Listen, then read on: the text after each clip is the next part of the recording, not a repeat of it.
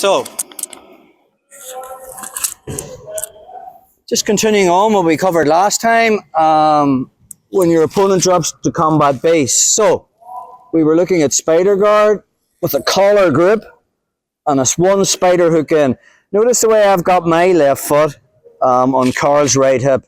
This allows me to put my foot on the mat and create a weight shift. And we use that to get into X guard and different pathways. The game changes if Carl drops to his knee on the same side, on the opposite side, sorry, of the spider hook. Notice the way now he can clear my foot off his hip with his elbow. He doesn't want it on the inside, because if it's on the inside, I just do the same stuff again. The problem is, when he drops to combat base, he clears my leg to the outside. Now, it's difficult for me to put my foot on the hip, and difficult for me to get my leg to the inside to work the off bounce. So the transition we looked at was turning slightly onto my right hip, moving my hip back, and moving in shin to shin. Okay? So my shin is connected to Carl's shin. And now we're just going to create a weight shift. Now we looked at a couple of different pathways.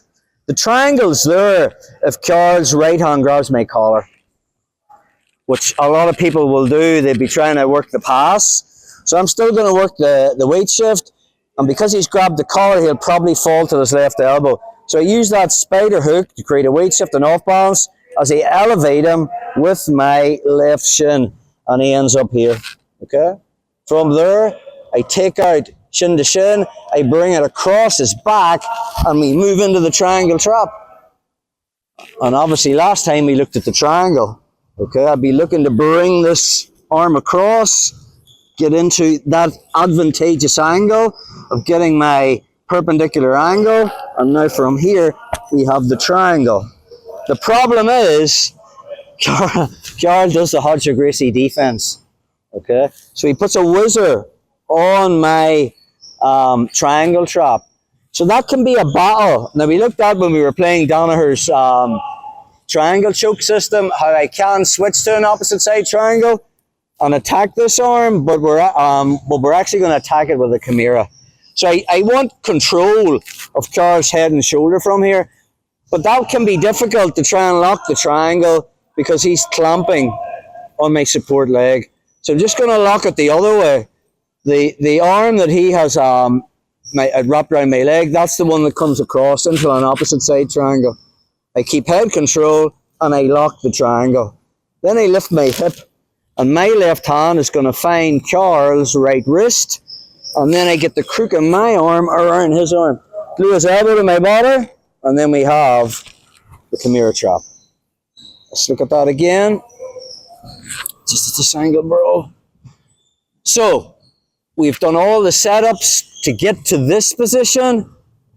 Carl drops to combat base, but he makes sure that my off-balance leg is to the outside. Okay? So the drill is, I extend my spider hook, I move my hip back, and I get shin to shin. Notice the way I've made like an X. Okay? I don't want my knee in the same profile as Carl's. And if he's made this grip, this is when I'm going to start attacking the triangle or the Kimura. So I'm going to create that weight shift with the spider hook, force him to drop to his elbow and elevate him with my shin to shin connection. Leg swims to the inside and I pull myself into the triangle trap. Okay? Carl decides to overhook my leg with a Hodge Gracie defense. Notice the way that can be a battle to bring that across. So why fight it? It's there. It would be rude not to take it. So I need to make wedges round Carl's head and shoulder, and it's difficult to make a wedge with him tying up my support leg with his right arm. That would be a weak control. So I just bring my foot across the shoulder line and I lock the triangle on the opposite side. Now we're going to look at attacking this arm. Profile's not there, but it is when I lift my hip. And then I just get a C grip, okay, on his wrist, get elbow to elbow, and then I find my own wrist.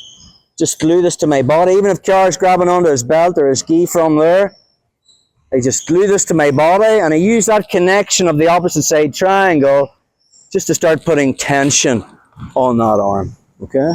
We talked about when we were putting submissions on people's arms, put tension in the limb. If you have tension in the limb, the submission takes care of itself. So again, I have the collar grip, I have the spider hook. Carl decides to drop the combat base.